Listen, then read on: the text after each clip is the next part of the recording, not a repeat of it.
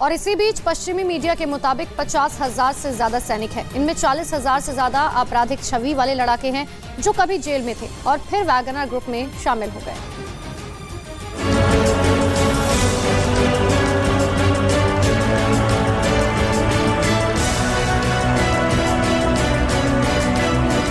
In my view, I don't think that Putin's reputation will suffer greatly because Putin enjoys support inside the country.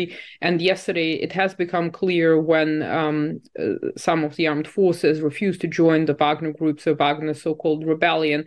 And I think in terms of resolving the situation, it didn't come to a big bloodshed. So Putin knew exactly which buttons to push, and he managed to sort the situation behind the scenes and let everything blow over.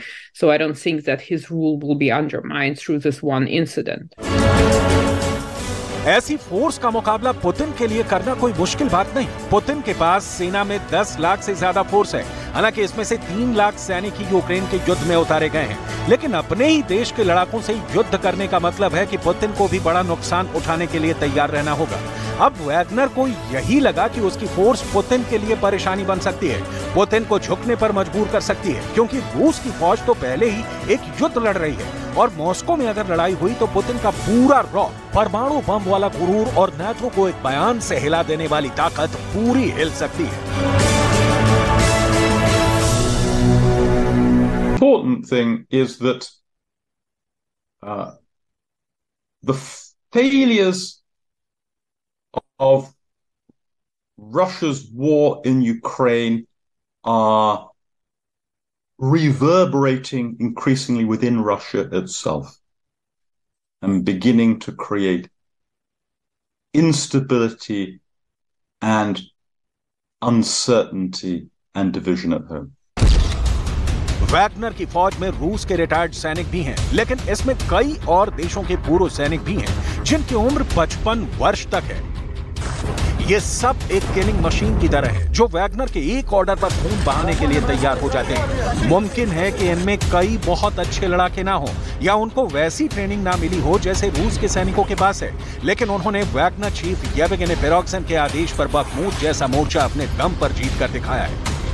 वहां Wagner के कई लड़ाके मारे गए, लेकिन Wagner ने Bakhmut पर 90% तक कब्जा कर लिया था और यूक्रेन की फौज को वहां बहुत बुरी हार का सामना करना पड़ा है।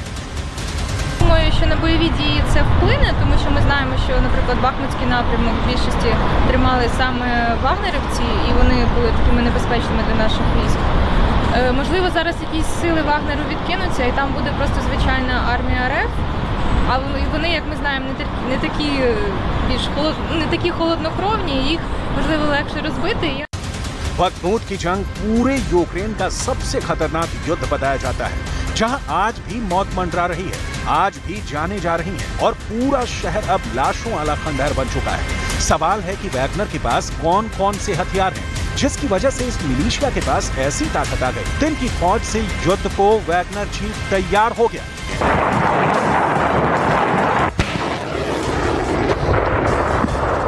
Я семестра прочитала новости, была очень удивлена, я пока не знаю, как к этому относиться. Но в любом случае очень печально, что это происходит, и жалко наших выпускников.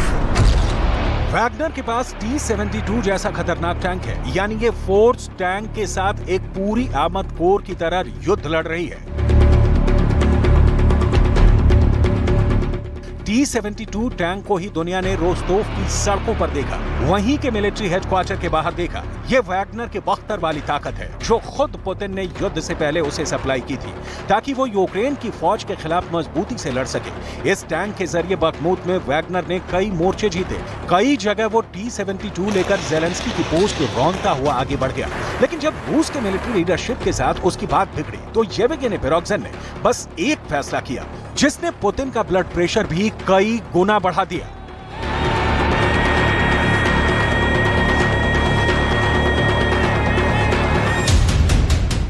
वैगनर ने T-72 की गन कीव से हटाकर मॉस्को की तरफ मोड़ दी और पुतिन को खुलेआम चैलेंज किया कि अब मॉस्को फतह करना उसका लक्ष्य है। हालांकि T-72 ही नहीं, वैगनर को सोवियत दौर के कई और पुराने हथियार भी दिए गए, जैसे कि T-62 टैंक और बख्तरबंद गाड़ियां, जिसमें उसकी सेना महफूज रहकर फ्रंट की तरफ कूच करती रही है। वैगनर की फोर्स को कम वक्त में ट्रेनिंग भी ऐसी मिली जिसमें वो टैंक चलाने के साथ एंटी टैंक माइन बिछाना भी जानती है। वैगनर इसलिए भी घातक बन गया क्योंकि उसके पास ऐसे हथियार रहे जो दुश्मन की वायुसेना को भी मार गिरा सकते हैं।